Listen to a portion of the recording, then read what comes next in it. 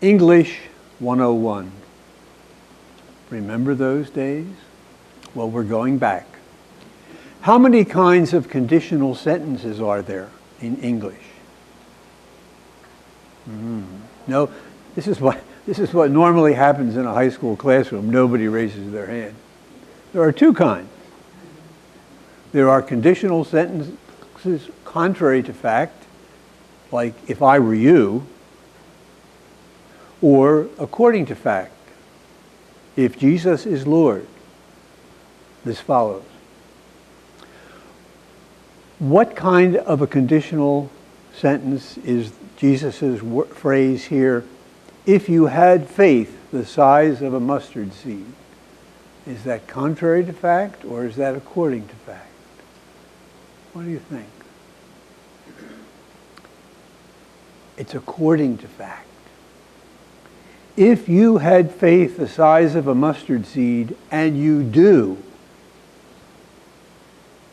how can he make that statement? Because faith is a gift. Faith is given. It isn't something worked up, earned, achieved by us. It's a gift.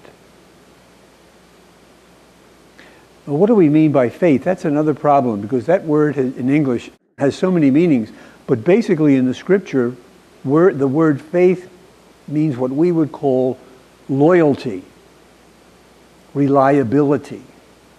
So if you have loyalty to me, the size of a mustard seed, you can do thus and so. And you do have that kind of loyalty. May not be perfect loyalty, may be the size of a mustard seed, but you've got it, he's saying. And loyalty means life centered on Jesus. Life that revolves around him, his example, his teachings, and his will. And this kind of life empowers. You can say to the mulberry tree, be uprooted. You can do many, many things with a power which comes with loyalty to me. Well, then he gives us that little parable about the worthless slave. I really think we need to unravel that. Don't forget, in those days, almost everybody had slaves. Not the kind that we had before the Civil War, not the kind that we made to be captured and made slaves, but these were people who we would call indentured servants. They turned themselves over to a family, and for their service they were given food and lodging and protection, and almost made members of the family. That's what Jesus is talking about. Servant would probably be a better word. And so when the slave comes in from the field, he's expected to switch from farm work to waiting on table and then get his own meal, because he's, in a sense, being paid to do that. He's being kept in life and in food and clothing and shelter. So, if we are called, if the slave is called a worthless slave, that's probably a bit strong in English. Don't forget, the scriptures were not written in English.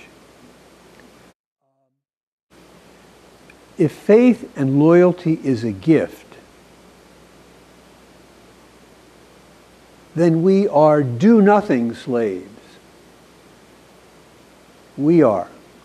Not D-O, but D-U-E. We are do-nothing, because everything has already been given. Faith is a gift.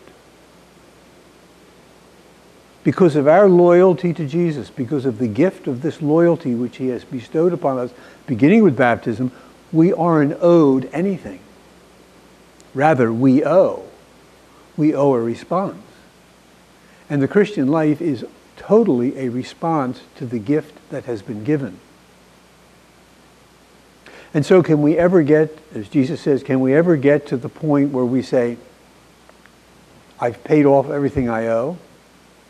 I don't owe God or owe Jesus anymore because I've paid it up. I've responded appropriately, and like paying off a debt, I've done that. I don't think we can. If everything is gift, then everything is due from us.